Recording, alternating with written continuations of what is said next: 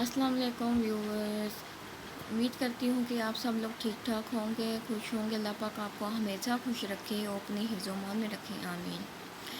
What is the process costing? Process costing is the costing method applicable where goods and services result from a sequence of a continuous or repetitive operation of the process. Cost are the average over the unit produce during the period, यानी कि जितने हम units बनाएंगे उस हिसाब से हमारी cast इनकर होगी। अगर हम यूनिट कम बनाते हैं तो हमारे पास कास्ट कम इनकर होगी, अगर हम यूनिट ज़्यादा बनाते हैं तो हमारी कास्ट ज़्यादा इनकर होगी। इसका फॉर्मेट हम देख लेते हैं। जिस तरह कि हमने बेसिक कास्ट अकाउंटिंग में भी देखा था कि डायरेक्ट मटेरियल की कास्ट डेबिट साइड पे आएगी, डायरेक्ट लेबर की कास्ट डेबिट साइड पे आएगी, अदर एक्सपेंसिव डेबिट साइड पे आएंगे। अब नॉर्मल कास्ट की कास्ट, अब नॉर्मल गेन की कास्ट जो सी डेबिट साइड पे आ रही है, जबकि नॉर्मल लास्ट की कास्ट हमारे पास क्रेडिट साइड पे आ रही है। यूनिट ट्रांसफर क्रेडिट साइड पे आ रहे हैं, अब नॉर्मल लास्ट क्रेडिट साइड पे आ रहे हैं। तो हमारी डेबिट और क्रेडिट जब इक्वल हो जाएंगे, इसका मतलब ये कि हमारा प्रोसेस अकाउंट बिल्कुल सही है। फिर उसी तरह हमने जिस तरह बेसिक अकाउंटिंग में किया था कि हमने कास्ट पर यूनिट निकाली थी। कास्ट पर यूनिट निकालने का जो सा फार्मूला है वो है total process cost minus the scrap value normal loss divided by total unit introduce minus normal loss units. इसी तरह हमने अब नॉर्मल लास्ट निकाला है, अब नॉर्मल गेन निकाला है। ठीक है, क्वांटिटी स्केड्यूल, अगर हमने यूनिट्स की क्वांटिफिकेशन पूरी करनी है तो हमें क्वांटिटी स्केड्यूल पे काम करना पड़ेगा। इसमें ये होता है कि हमने जितने भी यूनिट इनपुट किए वो पूरे करने होते हैं। तो नॉर्मल लास्ट के बाद मतलब कि फ़र्ज़ करें हमने इनपुट किए, हमने यूनिट्स इनपुट किए हैं, उसके बाद हमारे पास कुछ लॉस हो गया, नॉर्मल लॉस हो गया है। तो नॉर्मल लॉस को निकाल के हमारे पास जो यूनिट्स आएंगे वो एक्सपेक्टेड आउटपुट होगी। उसके बाद हमारे पास एक्चुअल हमने कितने यूनिट प्रोड्यूस किए होंगे वो आ जाएगा। उसके बाद एक्चुअल हमने इतने प्रोड्यूस किए हैं एक्सपेक्टेड। अगर तो हमने एक्चुअल यूनिट्स कम है तो इसका मतलब ये है कि हमने एक्सपेक्टेड यूनिट पूरे करने हैं। तो अगर वो कम है तो हमारे पास क्या होगा, अब नॉर्मल लॉस होगा। अगर वो एक्चुअल आउटपुट हमारे पास ज़्यादा आ रही है तो इसका मतलब हमारे पास अब नॉर्मल गेन हुआ है। इसी तरह हमने अगर इन्वेंट्री की वैल्यूएशन करनी है, दो मेथड हम यूज़ करते हैं। फिफो मेथड यूज़ करते हैं, वेटेड एवरेज मेथड यूज़ करते हैं।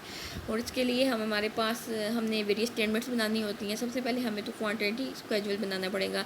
उसके बाद हमें ईपीयू बनाना पड़ेगा, EPU mean equivalent production units बनाने पड़ेंगे। उसके बाद हमें कास्ट पर यूनिट निकालनी पड़ेगी। उसके बाद हमें कास्ट अकाउंट बनाना पड़ेगा। Cost account basically process account की वर्टिकल रिप्रेजेंटेशन है। तो अगर आप कास्ट अकाउंट बना लेते हैं फिर प्रोसेस अकाउंट बनाना बहुत ईजी हो जाएगा। तो हमें 4 स्टेप करने होते हैं। नंबर 1 पे क्वांटिटी स्केड्यूल, नंबर 2 पे हमें इक्विवेलेंट प्रोडक्शन यूनिट, नंबर 3 पे कास्ट पर यूनिट और नंबर 4 पे हमें कास्ट अकाउंट बनाना पड़ेगा। अच्छा, अकाउंटिंग ट्रीटमेंट क्या होगा, normal wastage it should be distributed over good output increasing per unit cost. अब normal wastage it will be charge to the costing profit and loss account, यानी कि हमारे पास नॉर्मल लॉस जो होगा कस्टमर को charge होगा, कस्टमर से mean output को चार्ज होगा, प्रोडक्ट को चार्ज होगा।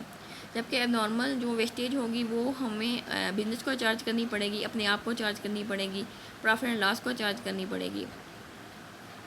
उसके बाद हमारे पास क्या, sale value of scrap is credited to the costing profit and loss account as abnormal gain. उसके बाद sale proceeds of the scrap can be deducted from the material cost और factory overheads. Sale proceeds of scrap may be credit to the particular job. Normal defective is equal to cost of the rectification of the defective should be charge to the specific.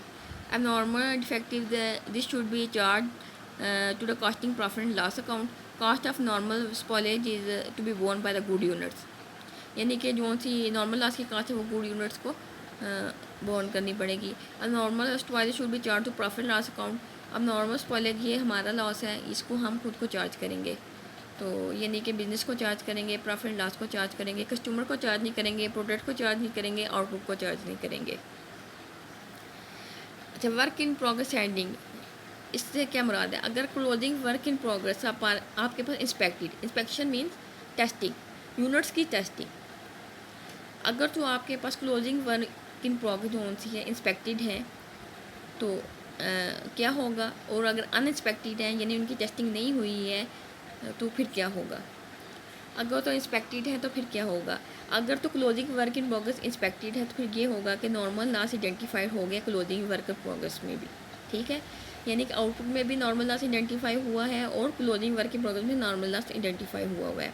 तो इस तरह ये होगा, normal loss की जो सी cast है इसको क्या चार्ज करेंगे हम, फिनिश गुड को भी चार्ज करेंगे और क्लोजिंग वर्क इन प्रोग्रेस को भी चार्ज करेंगे।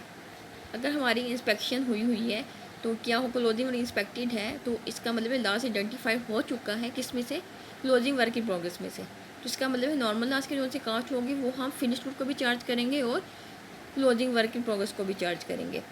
लेकिन अगर हमारे पास क्लोजिंग वर्क इन प्रोग्रेस जो अनइंस्पेक्टेड है, इसका मतलब है कि लास्ट तो आइडेंटिफाई हुआ ही नहीं है, तो हम क्या करेंगे, सिर्फ नॉर्मल लास्ट के कास्ट को फिनिश रूट को चार्ज करेंगे, उसको चार्ज नहीं करेंगे क्लोजिंग वर्क इन प्रोग्रेस को, क्योंकि इसमें से लास्ट आइडेंटिफाइड हुआ ही नहीं है।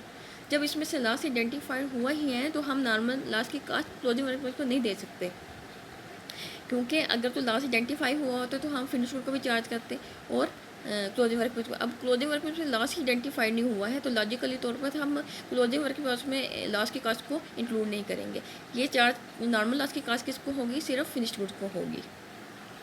अगर तो हमारे पास क्लोजिंग वर्क में इंस्पेक्टेड है तो क्या होगा, नॉर्मल लास्ट जो को हम नॉर्मल लास्ट के जो यूनिट्स वो ईपीयू में इंक्लूड नहीं करेंगे, और अगर अनएक्सपेक्टेड है तो हम नॉर्मल लास्ट के यूनिट ईपीयू में इंक्लूड करेंगे। एक छोटी सी एग्जांपल के ज़रिए समझते हैं। इंस्पेक्शन, हमारी इंस्पेक्शन हो रही है 50% पे, यूनिट की टेस्टिंग कहाँ पे हो रही है, 50% पे हो रही है, और आपके पास क्या है 20% क्लोजिंग वर्क इन प्रोग्रेस पे आप खड़े हैं, यानी ये तो अनएक्सपेक्टेड है। अनएक्सपेक्टेड है इसका मतलब ये है कि अनएक्सपेक्टेड में से क्लोजिंग वर्क इन प्रोग्रेस में लास्ट आइडेंटिफाई नहीं हुआ तो नॉर्मल लास्ट जो सके ईपीयू का पार्ट बनेगा, लेकिन इसकी जो सी कास्ट होगी वो हम सिर्फ किसको चार्ज करेंगे, फिनिश्ड गुड को चार्ज करेंगे। नॉर्मल लास्ट की जो सी कास्ट हो फिनिश्ड गुड को चार्ज करेंगे, क्लोजिंग वर्क इन प्रोग्रेस को चार्ज नहीं करेंगे। अब सेकंड केस में क्या हो रहा है, हमारी inspection closing work in progress कहाँ पे खड़ा है, 70% पे, यानी कि यहाँ पे हमारी इंस्पेक्शन हो चुकी है। तो इसका मतलब ये है कि हम नॉर्मल लास्ट के कास्ट फिनिश गुड को भी चार्ज करेंगे और क्लोजिंग वर्क इन प्रोग्रेस को भी चार्ज करेंगे, क्योंकि लास्ट आइडेंटिफाई हुआ है। तो इसमें ये होगा कि नॉर्मल लास्ट तो आइडेंटिफाई हुआ है, लेकिन इसमें इंस्पेक्टेड है तो हम जो से नॉर्मल लास्ट की यूनिट से वो ईपीयू का पार्ट नहीं होगा। Thank you so much.